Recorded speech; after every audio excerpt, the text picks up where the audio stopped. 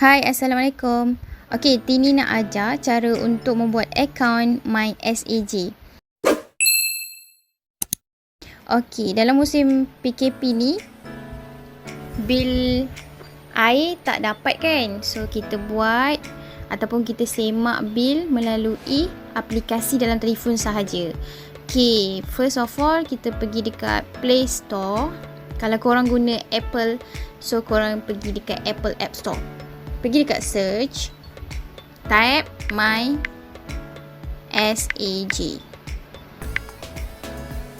So nanti keluar macam ni, pilih mySAJ and tekan install. Okay, tunggu sampai dia habis install. Okay, bila kita dah siap install, akan terpaparlah butang open. Tekan butang open tu, so keluar macam ni.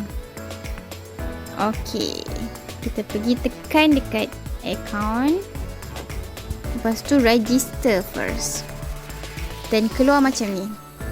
So korang isilah account number, nama, IC, email, contact number tu, home number kalau ada, office number kalau ada. So kalau korang untuk personal ataupun untuk rumah korang, tekan contact number saja ataupun home number tu. Office number tu tak perlu pun tak apa. Okey. Lepas tu tekan butang submit.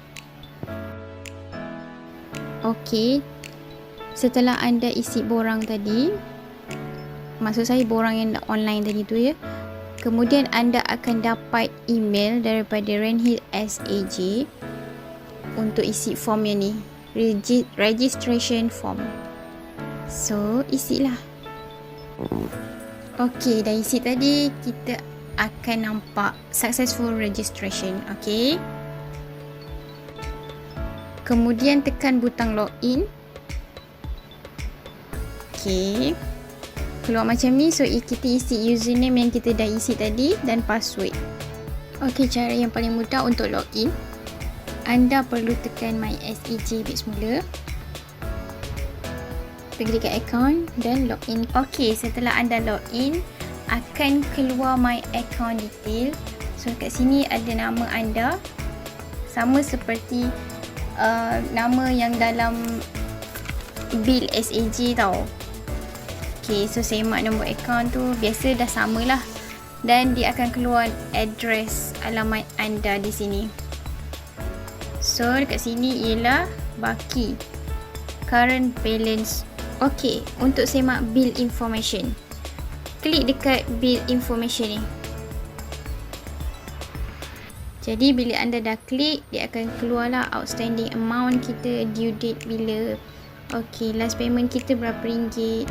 Kalau anda, okey kat sini dah dapat tengok kan berapa bill bulan ni. Contoh 23 Mac, tarikh bill tu total dia berapa. Okey, macam mana nak bayar? Kita tekan pay bills. Tekan pay bills, nanti akan keluar payment method and amount to pay. So tekan payment method ni, memang satu je lah dia bagi. Okey, tekan pay bill. Okey, untuk pembayaran, anda perlu tekan bank list. Okey, bila anda dah tekan butang proceed, nanti dia keluar macam ni.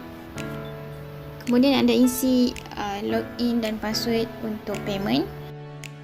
Okey, setelah anda selesai membuat pembayaran tadi, maksudnya anda dah selesai membayar bil SAJ anda. Senang je kan? Okey, lepas ni kita dah pandai buat ataupun kita dah pandai bayar secara online sahaja. Senang, mudah dan tak perlukan pergerakan ke mana-mana. Okey, selamat mencuba. Sekian, terima kasih. Assalamualaikum.